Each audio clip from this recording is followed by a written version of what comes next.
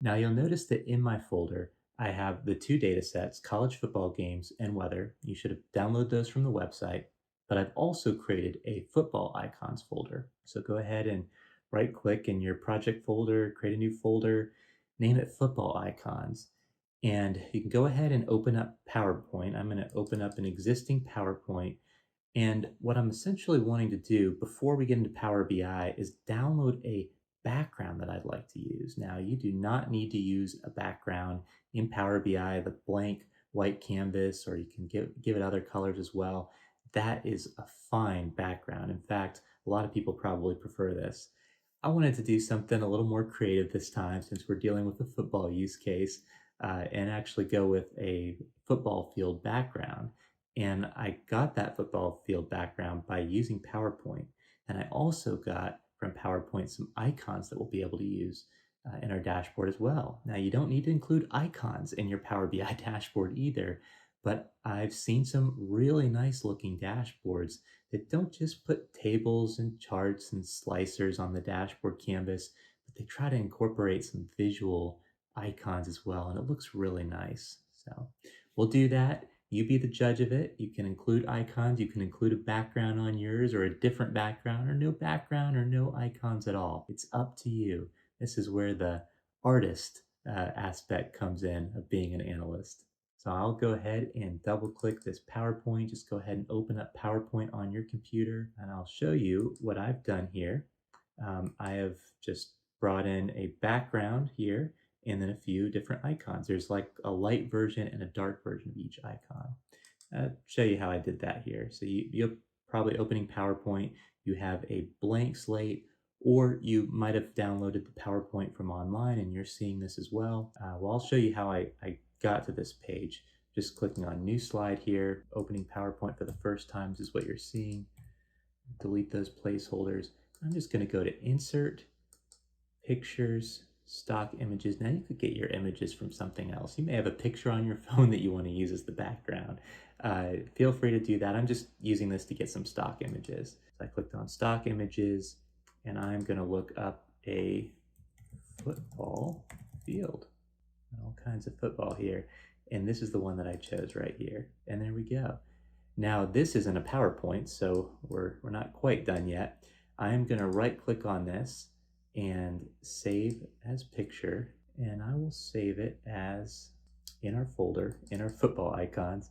I believe I'm saving it as a JPEG, which might be the default, but you have a few different other options here. So go ahead and save it as a JPEG, and then you'll have that also download from the Insert tab some icons. PowerPoint has a lot of icons available. You may want to download some football ones. So let's see what kind of football ones that are available. I'll insert those. Doesn't want to let me get to them. There we go. So you might bring in some football icons. You could also try searching for, in this case, maybe sports. See if we get anything interesting for sports. Playbook, that could be very relevant. I don't think they have any helmets. That could be another good icon, but include some different chart icons. So in our dashboard use case today, we're actually going to have several different tabs that lay out, creating a more flexible dashboard with more options for visualizations. I suppose it could get confusing at a certain point, so you don't want to make your dashboard confusing, but you do want to make it flexible. That's going to allow the self-service aspect to really shine, to really reduce the likelihood that you're going to get any kind of follow-up request from stakeholders because they have the flexibility to dive in and look at things in whatever manner they might want to look at them. And again, in order to do that, we're going to have a few different visualization types. So I'm going to go to icons here again. Instead of searching for football this type, I'm going to search for charts. We've got a few different chart types here. We've got kind of a traditional bar chart over time, very clean looking. Might download this, and there's also a light and dark version of all of these. I might also download let's see, we've got line charts here. That could be potentially useful. Pie charts. A lot of analysts believe there's better ways, like a bar chart, of visualizing pie charts, but some people like pie charts. Another one that we'll look at here, let me just go ahead and insert those. There they are. We'll also look at tables. We're going to do some table views. Let's see if we can get an illustration of the table icon. There we go. Dark, white version. You've even got like a SQL table. I think this is more in line, kind of a spreadsheet view with what we'll plan on creating. Yeah, we've got all kinds of icons we've brought in. And I think the last thing that we'll take a look at that we might use is a scatter plot. So let's see if there's I'm just going to search for scatter here. Scatter plot. Ooh, there we go. Light and dark version there. Feel free to try either one of those out. Again, you can download the PowerPoint with all the icons that I decided to consider using. I didn't actually end up using all of these. We're going to do some weather analysis, so I thought about potentially using a sun, some team hands, a whistle, a stadium.